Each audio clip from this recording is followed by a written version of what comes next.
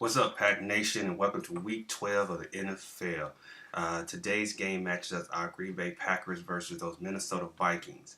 Now, there has been a lot of talk about the Packers being the best in the NFC North, which kind of worries me because when we were an underdog or under the radar, no one's really talking about us, we playing good ball.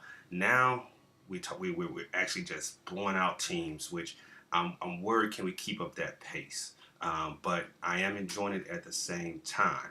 But today, the Pack take on an upstart Minnesota Vikings with their franchise quarterback, Bridgewater. Now, the first time we played them, we didn't get a chance to see him. So this is our first look at him up close to see what he can do. Now, I think he's going to be a great quarterback, but I think today is a day that he's going to see a team that is full of energy. They riding this momentum that I think is that they're just steamrolling teams, and I think this is going to be a practice game, I'll say, for the Packers as we get ready to face New England next week in Lambeau.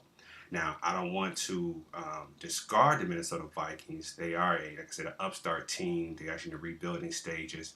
A lot of their star players are out or hurt, so they are a team that you don't want to trip. We just saw last Thursday with the Chiefs losing to the Oakland Raiders, so you never want to take any team for granted, but the Packers should dominate this game.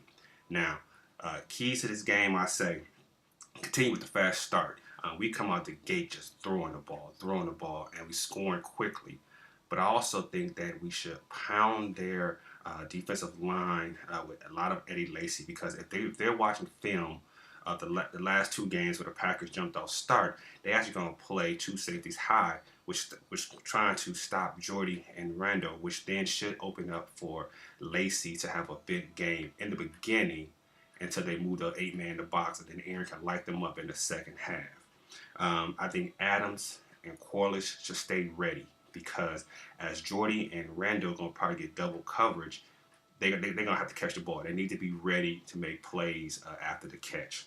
And I think also protect Aaron, because Minnesota has a defense that has the most sacks in the NFL right now. So we definitely have to protect Aaron. Now, on the defensive side, we got to get pressure on the quarterback. We have to make Bridgewater very uncomfortable in the pocket and make him run a little bit. Now, I'm saying that, and I shouldn't be, because we don't want the very versatile and mobile quarterbacks to run. But I think that if we make them one-dimensional, making them run, put all the pressure on Bridgewater to make the plays, I think that we have a good chance of slowing down that offense. Also, dominate the line of scrimmage, and that goes back to my first point. If we can get a lot of pressure up the middle on Bridgewater, that allow Peppers and Matthews to make big plays on the outside. So defense continue to play well. I'm liking what Dom Capers is doing with Matthews, with Peppers, getting all the playmakers on the field at one time.